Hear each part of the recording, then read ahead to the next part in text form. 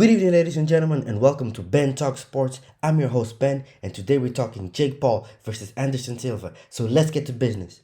Round 1. Jake Paul takes the center of the ring and walks down Anderson, constantly moving forward and throwing his jab, sometimes a 1-2. But Anderson was cool, calm, and collected like a veteran should, moving out of the way of shots. What was concerning is that his hands were really not that high. Perhaps he was just finding his range. In fact, in this round, Jake overcommitted with a 1-1, which Anderson slipped and countered with a clean left hook, which was received by some taunting from Jake. Overall in this round, Jake was the more aggressive fighter and was landing more shots, despite his shots being partly blocked. I give this round to Jake. Round 2, it was Anderson the one coming forward, throwing a lot of combinations, getting some clean shots on Paul, but Anderson's hands were completely down during this round. He was pretty much strictly relying on his head movement, but Jake still landed some big rights. And although Silva took them well, it wasn't a good sign, as we know that Jake can shut the lights with those shots. I however gave this round to Silva, as he was the most aggressive fighter and he threw more shots and landed more, even with his a little unconventional style. Now round 3 was again Paul coming forward, very strong, heavy punches, but Silva eventually picked it back up with punches of his own, which although lighter was landing combinations of 3 or more. This was the most balanced round so far. I edged it for Silva for his volume, but this one could have gone either way. It was that close. Round 4. Although Paul started the round coming forward, Silva was blocking most punches and was hitting back cleaner, sharper, and overall with more volume. Paul's punches this round were looking a bit sloppier, although he was still finding some success here and there. I still give this round to Silva. Round 5 was more of the same thing.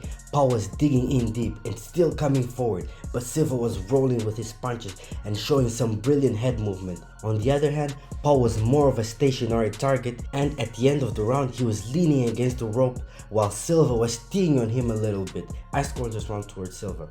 Round 6, both fighters were having to dig deep, as both fighters were showing signs of exhaustion, but both of them were still there, perhaps the closest round since round 3.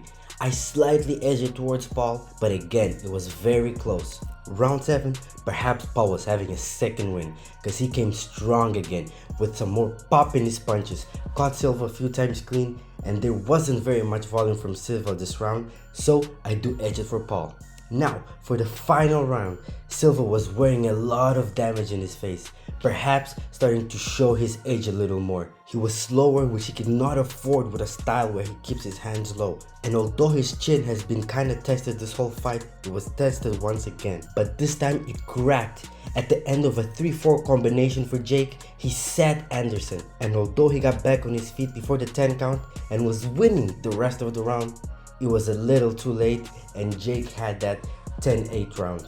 Now, your scorecards were 77-74, 78-73, and 78-73 for a unanimous decision for your winner, Jake, the problem child, Paul. Now, I personally thought that the fight was a lot closer. I scored it 76-75, but your winner, still Jake Paul.